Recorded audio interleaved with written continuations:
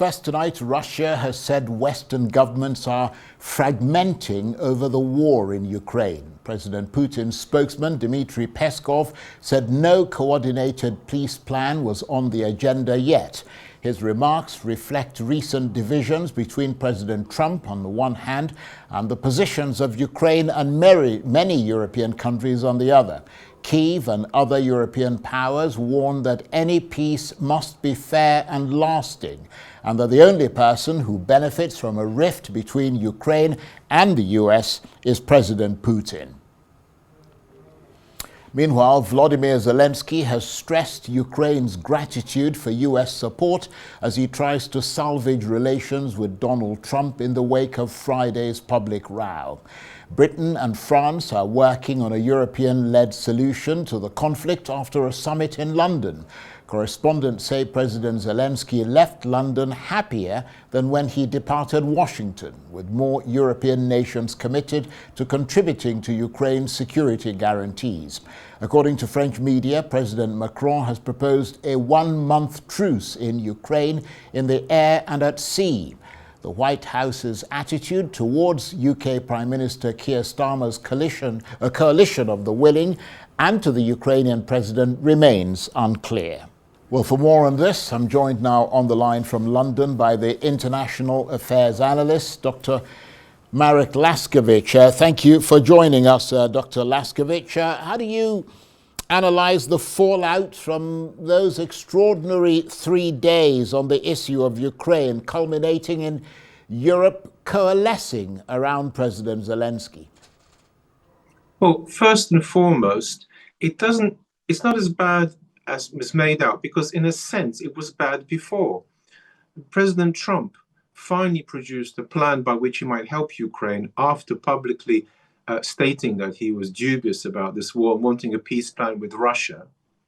And so the row, which on the face of it looked fatal, was in fact, in a sense, no more than what had happened before. However, it was public, it hit the media, and is a talking point. That there's some European nations, to be accurate, the vast majority, support Ukraine is also not unknown, because that's what they were saying before.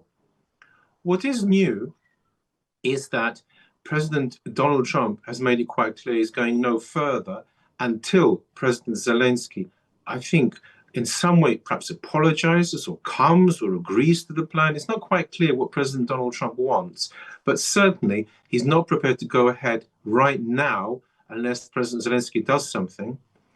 It is also quite clear that for the first time, it's going to be Britain and France that try and develop a peace plan of any sort at all, and the ceasefire would be a first step, as happened with Israel and Gaza. However, the situation remains very unclear, and as things stand, there is no coherent proposal, not even for the ceasefire, on the table, as the Russians stated. Mr. Zelensky, of course, now seems to be taking every opportunity to thank the United States for its significant financial and military backing for Ukraine over the past 3 years. The White House is calling for an apology, but we haven't yet heard Mr. Zelensky say sorry. Do you think he should do just that? In other words, do what the White House wants and say sorry and just sign that minerals deal? Well, unfortunately, President Zelensky has now put himself in a very invidious position. He has agreed to sign the minerals deal, but, and here comes the key point, will President Donald Trump still want to do that? Because rare earths are also available in Russia.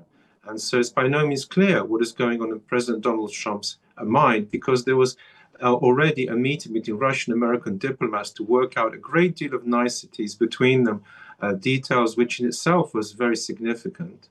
Number two, if he apologizes, he makes it quite clear that Donald Trump has won hands down.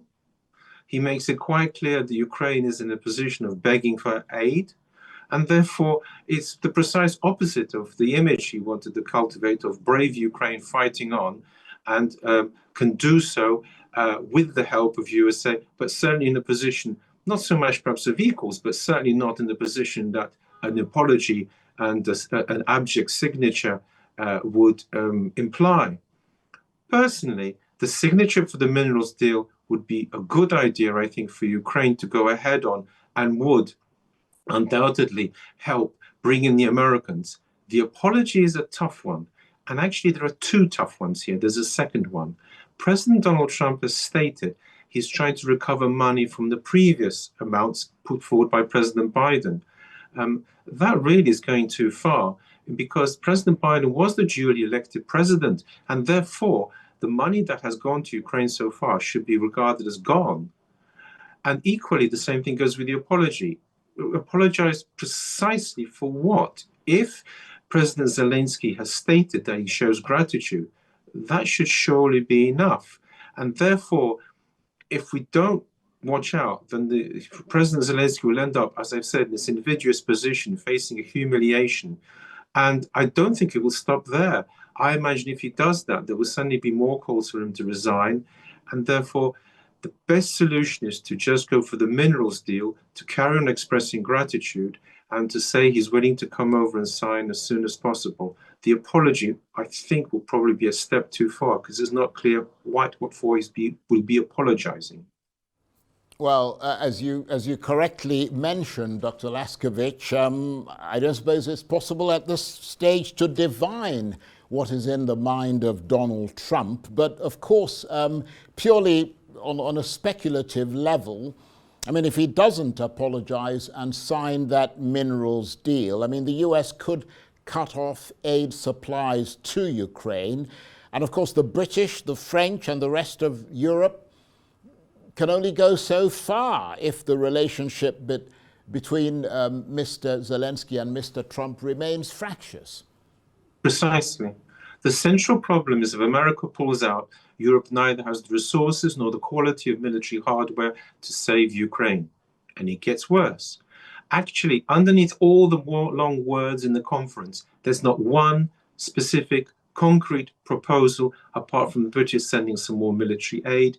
There's no peace plan, no ceasefire plan. There's nothing concrete. And it's not been said that they're going to send troops to help Ukraine, but it might be, and this is the only thing we have, that were a peacekeeping deal to be signed, then Britain would supply troops, which is, to be quite honest, not exactly the most important thing at this juncture. And so therefore, this inability of Europe to actually specifically help Ukraine right now is indicative of the problems that Ukraine will face if USA pulls out. And as things stand, it would appear that that is what's in President Donald Trump's mind.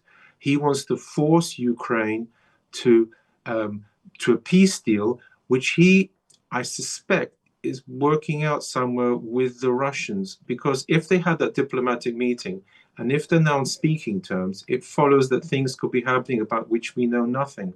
And here, Europe, with all its big conferences, the second, please note, there was another one on Monday before, held by the French, is not actually going very far in concrete terms to save Ukraine. What about the economic realities of Europe supporting Ukraine's defense against Russia? What are the consequences likely to be? As things stand, because Europe lacks the resources and the quality of military hardware to help Ukraine, Ukraine cannot fight on anything as successfully as it has done up till now. Were USA to pull out, then Russia could certainly, I think, drive to a far better victory than it has already. It has already occupied quite a lot of Ukrainian land, and it has the resources and the manpower to push on and quite possibly conquer a fair amount of Ukraine, if not Ukraine itself.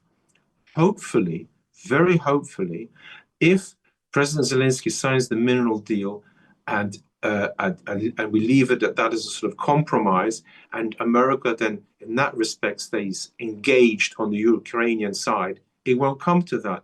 But it is a very dire prospect. The reason why nothing much is happening on the military front at present is because Ukraine still has military equipment from the USA. But if that goes, then it will be in a very tight situation. And Europe alone will not save Ukraine.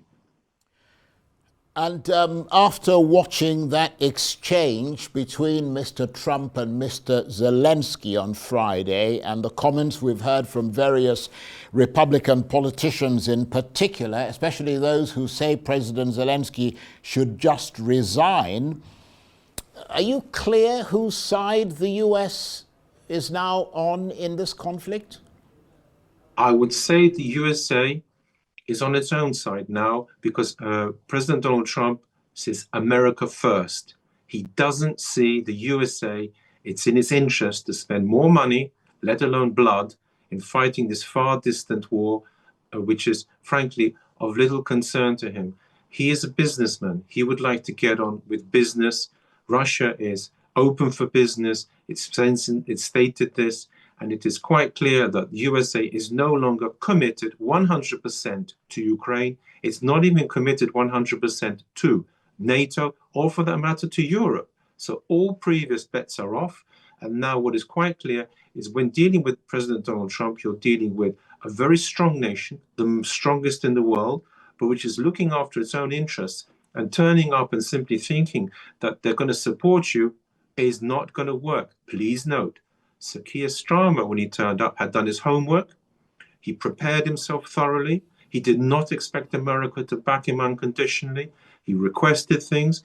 Totally different interview with President Trump, and went away very successfully. So did Macron. But what I think has happened to President Zelensky is he's so often met Biden, who just agreed to everything. He hasn't worked out just how much America has changed. It is still possible to get America fully backing Ukraine, but he really has to do his spade work in preparing for interviews, preparing his case, and if needs be, signing deals such as the mineral deal. And we heard President Putin's spokesman, Dmitry Peskov, gleefully saying that that Western governments are fragmenting over the war in Ukraine. I mean, could we see the US disengaging from Europe to the point of deciding not to come to the aid of Europe if it is invaded? And should that be a greater concern to Europe than bringing peace to Ukraine? Two are actually tied together, but you're quite right in the sense of what the Russians said gleefully, and also the fragmentation. And America is stating quite openly now that it need not necessarily come to EU's help, and it certainly need not be a part of NATO in the sense of it. But then again, you see, if you look at the small print, NATO, its famous clause 5, is actually got an escape route. It says that countries can come and help each other to the degree that they feel fit. So it's never a blank check from USA to come to help in the country.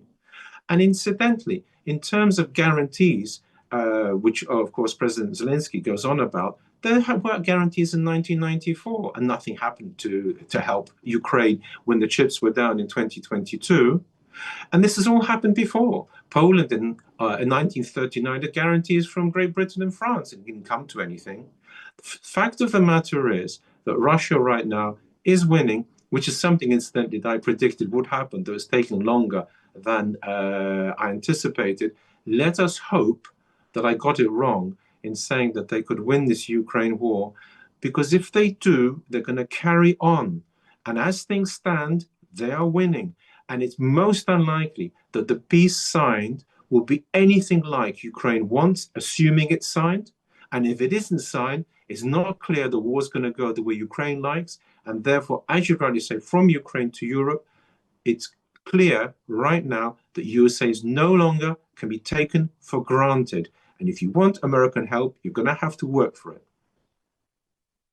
Talking about Russia, somebody on social media said they believe Vladimir Putin has a recording on his phone of what transpired between Zelensky and Trump in the Oval Office, and keeps playing it to himself with a mischievous smile.